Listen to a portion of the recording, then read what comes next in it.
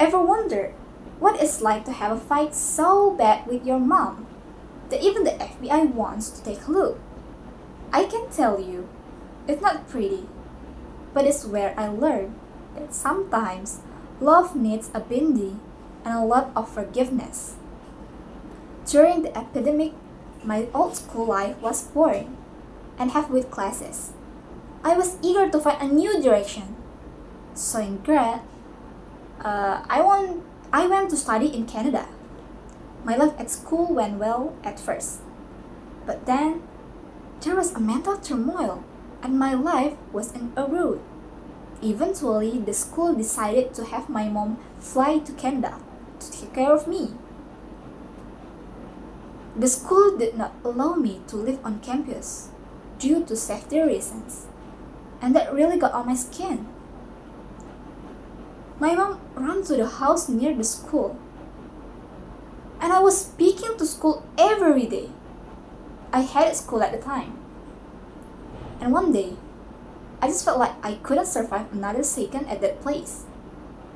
So, I went back to the house right after lunch. Mom crushed at me angry. She thought I could at least give it a try by just staying there. You don't even have to study. Just stay there. But I was too angry to give her a satisfying answer.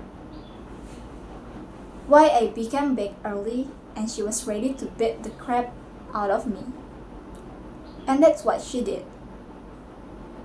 I did the worst thing possible by returning a punch. And she couldn't believe it. She got upstairs. I left. I was walking in the opposite direction of the school. I was so angry at it. At the moment, my mind went blank. I just had an uncontrollable urge to let my emotion out, and I thought I could survive on my own outside it. It was a very lovely Onero countryside with grass, a clear blue sky, and horses. But I was in the whole different world. I just couldn't feel anything but desperation, and because the fight left some marks on my face. People passing by would pull over and ask if I needed any help. I said no to all of them.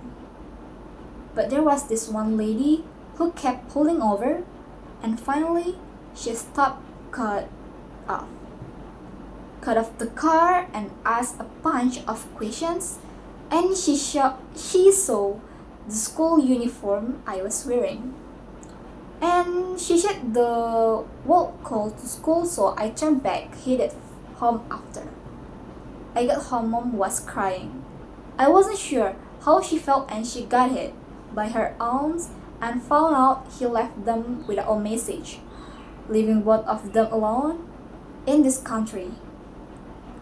She barely knew about. I then found out she called my dad back in China while he was sleeping and from his tone in. It sounds like he already knew what had happened and was anxious. He asked me where I was and told me to hurry back. I felt a twinge of warmth inside, but it was hard to tell now. It didn't take long for the school to call my mom and ask us to go to the school health center immediately. And so we came up with a story of me falling over, trying to cover up the mark on my face. But there were fingernails scratches on my head as well, so the health center didn't buy the story. Are you freaking FBI or something? Leave us alone. I couldn't be more desperate at that time. And then the head of the center took me to a room and tied me out of it. Once I was down and didn't want to go to school, she checked my pulse and said, "Are you needy? Your heart rate is low." I know she was being nice, but the feeling of being recognized was certainly precious for me at that time. Anyway, at last, she got the answer and we were free to go it. It must have been my inadequacy that put too much pressure on me. So now I'm going to enrich myself, strengthen my inner world, and just be your keeper. That feeling and gazing at you, says mom, looking back. Now I feel relieved and I'm just fortunate to have a family that loves and supports me unconditionally. Now I'm able to put myself in my mom's shoes and the struggle she has faced seemed unfathomable. When we were living together in Canada, she had to work through the whole nights on weekends because of the time difference between China and Canada. And she held herself responsibly by taking care of me. At my knee, she worked because she knew she had to as a grown woman and the mother a part of me wishes. I could go back to comfort her, but I know that my condition was too bad to do so, and that suffering only served to strengthen us. I'm transferred from school too many times, mostly because of my own action, though there were multiple locations my family still have my back every time. I mess up now. We've all taken a huge leap and accepted each other much better. We never fought again, and now more than ever. I can sense their love for me, and that's because we know what it means to accept and cherish love. Lastly, to my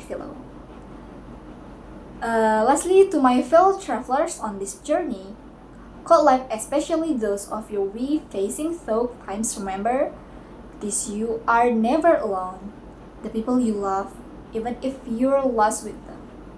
Are you a nurse in the store? Take the time to connect with them, to understand each other and to forgive, and don't forget to take care of yourself first. Find your own space, take a breather, go for a stroll, but maybe not as far as I did.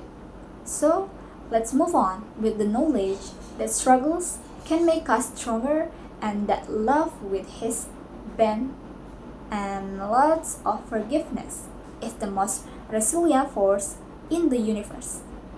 Thank you.